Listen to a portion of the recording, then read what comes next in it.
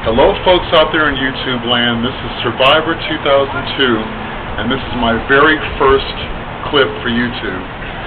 I'm responding to Phil and what he had to say about the news last week concerning the teenager who got decapitated while he was hopping over the fence at Batman the Ride at Six Flags.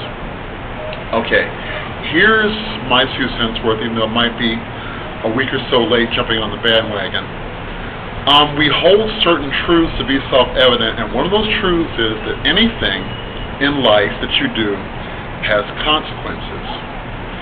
Now, I'm not saying the kid doesn't deserve some sympathy because it's teenagers' job, if you will, to sometimes be stupid and irresponsible. But that's also why we have parents.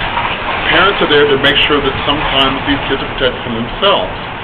One of the things that we learn in life early on, from like so high, is that you do certain things, there are going to be consequences.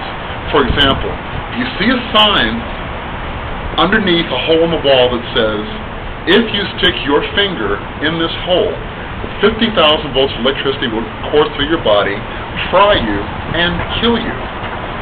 Now you have 2 choices.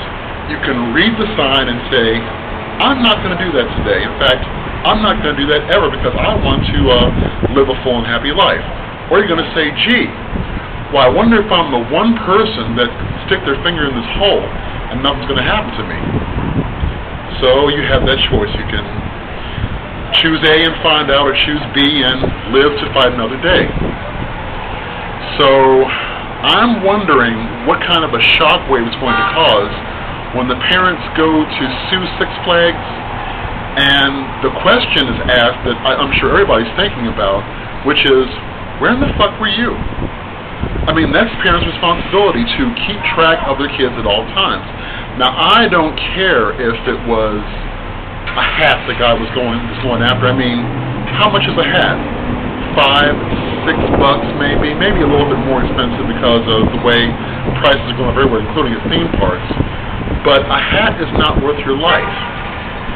And kids, I guess, at that age maybe don't get that. That, you know, there are 2 6-foot fences and 2 signs saying, you hop this fence, you're taking your life into your own hands, like it or not. I'm not sure exactly what made the kid do it, whether he dropped his hat, he dropped his wallet, or whatever. But the parents should have been there to say, get your ass back over here. You don't need to go there. So that's my question. Where were the parents at this time? And it seems that we're having to ask that question more and more often these days.